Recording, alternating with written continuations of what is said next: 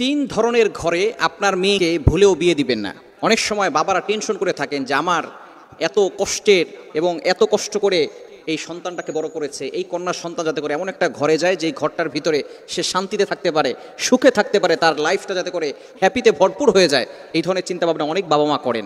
হযরত আলী রাদিয়াল্লাহু তাআলা আনহু যখন তার খেলাফত কাল ছিল তখন তিনি তার সিংহাসনে বসা ছিলেন। এমন সময় এক ধনী ব্যক্তি এসে আলী রাদিয়াল্লাহু তাআলা আনহুকে জিজ্ঞেস করেছেন, হে আলী, আমি আমার কন্যা সন্তানকে নিয়ে একটু টেনশনে আছি, কোন ঘরে কিভাবে কোন ঘরে বিয়ে দিলে আমার মেয়েটা সুখে থাকতে পারবে, শান্তিতে থাকতে পারবে। এই কথা যখন হযরত আলী রাদিয়াল্লাহু তাআলা আনহুর কাছে জিজ্ঞেস করা হলো, হযরত আলী রাদিয়াল্লাহু তাআলা আনহু কিন্তু খুবই বিচক্ষণ ব্যক্তি ছিলেন। নবীজি সাল্লাল্লাহু আলাইহি ওয়াসাল্লাম তার ব্যাপারে অনেক প্রশংসা করেছেন। হযরত আলী রাদিয়াল্লাহু তাআলা তাকে বলে দিয়েছেন যে তিন ধরনের ঘরের ভিতরে তুমি তোমার মেয়েকে বিয়ে দিবে না। এজন্য আমরা যারা মেয়েকে বিয়ে দিব এই তিনটা জিনিস ফলো করার চেষ্টা করবো। নাম্বার ওয়ান, এক নাম্বার হচ্ছে হযরত আলী রাদিয়াল্লাহু তাআলা বলছেন যেই ঘরটা মহিলারা পরিচালনা করে সেই ঘরে আপনি আপনার মেয়েকে বিয়ে দিবেন না। কেননা একজন মহিলা আর একজন মহিলাকে দেখতে পারে না।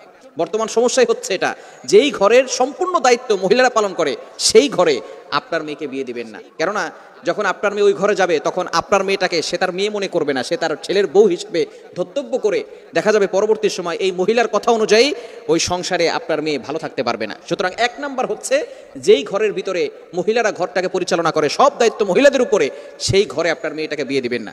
শুনুন, পুরুষরা কিন্তু সমাজের ভিতরে এবং ঘরের ভিতরে অশান্তির সৃষ্টি করে না, মহিলারাই দেখবেন মহিলাদেরকে দেখতে পারে না। দেখবেন আপনার একজন ভাই আছে, একজন বোন আছে, আপনার মা দেখবেন আপনার ভাইটাকে এবং আপনাকে বেশি মহব্বত করবে, কিন্তু বোনটাকে বেশি একটা মহব্বত করে না। মাছ রান্না করলে মাছের মাথাটা ছেলেটাকে দেয় আর মেয়েটাকে মাছের মাথাটা দিতে চায় না। এই যে মা তার মেয়ের সাথে মানবিকভাবে আচরণ করে নাই, সে মা তার মেয়েটাকে ছোট করে দেখতেছে। ঠিক তদ্রুপভাবে সব ক্ষেত্রেই দেখবেন দাদিরা বিশেষ করে নাতিদেরকে বেশি ভালোবাসে, নাতিদেরকে বেশি ভালোবাসতে চায় না। নারীদেরকে আল্লাহ তাআলা রেসপেক্ট দিয়েছেন, কিন্তু একজন নারী আরেকজন নারীকে দেখলে সহ্য করতে পারে না। যে নিজের ঘরের ভিতরে এই ধরনের বৈষম্য তৈরি করবে, সে অন্য একটা নারী যখন সেই ঘরে আসবে কিভাবে ওই নারীর সাথে ভালো ব্যবহার করবে একটু চিন্তা করে দেখেন। যখনই নারী ঘরের ভিতরে অন্য কোনো নারী ঘরে আসে, ছেলের বউ হিসেবে ঘরে আসে, তখনই ননদের সাথে সমস্যা হয়, শাশুড়ির সাথে সমস্যা হয়। শ্বশুররা কিন্তু বিশেষ করে এই ধরনের সমস্যার ভিতরে জড়ায় না, বিভিন্ন সময় বাইরে থাকে, এই ধরনের সমস্যা তারা করেও না। এই জন্য অবশ্যই যেই ঘরটা নারীরা পরিচালনা করে সেই ঘরের ভিতরে আপনার মেয়েকে বিয়ে দিবেন না। এটা অবশ্যই যাচাই বাছাই করে তারপরে আপনার মেয়েটাকে বিয়ে দিবেন। দ্বিতীয় নাম্বার, হযরত আলী রাদিয়াল্লাহু তাআলা আনহু বলছেন যেই ঘরে মহিলাদেরকে রেসপেক্ট করা হয় না, সম্মান দেওয়া হয় না, মর্যাদা দেওয়া হয় না, ওই ঘরে বিয়ে দিবেন না।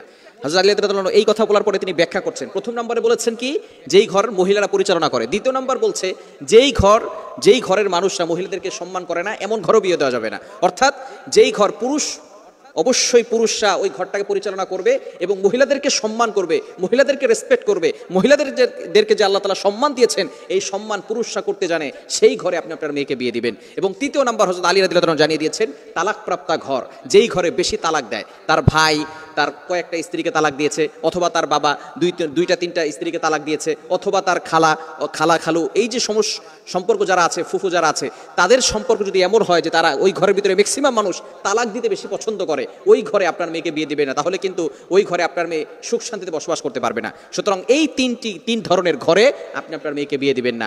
আপনি দেখে শুনে আপনার মেয়েকে ভালো জায়গায় বিয়ে দেওয়ার চেষ্টা করবেন, টাকা দেখে নয়। কোন ঘরের ভিতরে দিনদারিত্ব আছে, কোন ঘরের ভিতরে রিলিজিয়ন আছে, ধার্মিকতা আছে, এটা দেখে আপনি আপনার মেয়েকে বিয়ে দিবেন। তাহলে আপনার মেয়েটা সুখে এবং শান্তিতে থাকতে পারবে। আল্লাহ তাআলা আমাদের সকলকে বুঝার তৌফিক দান করেন।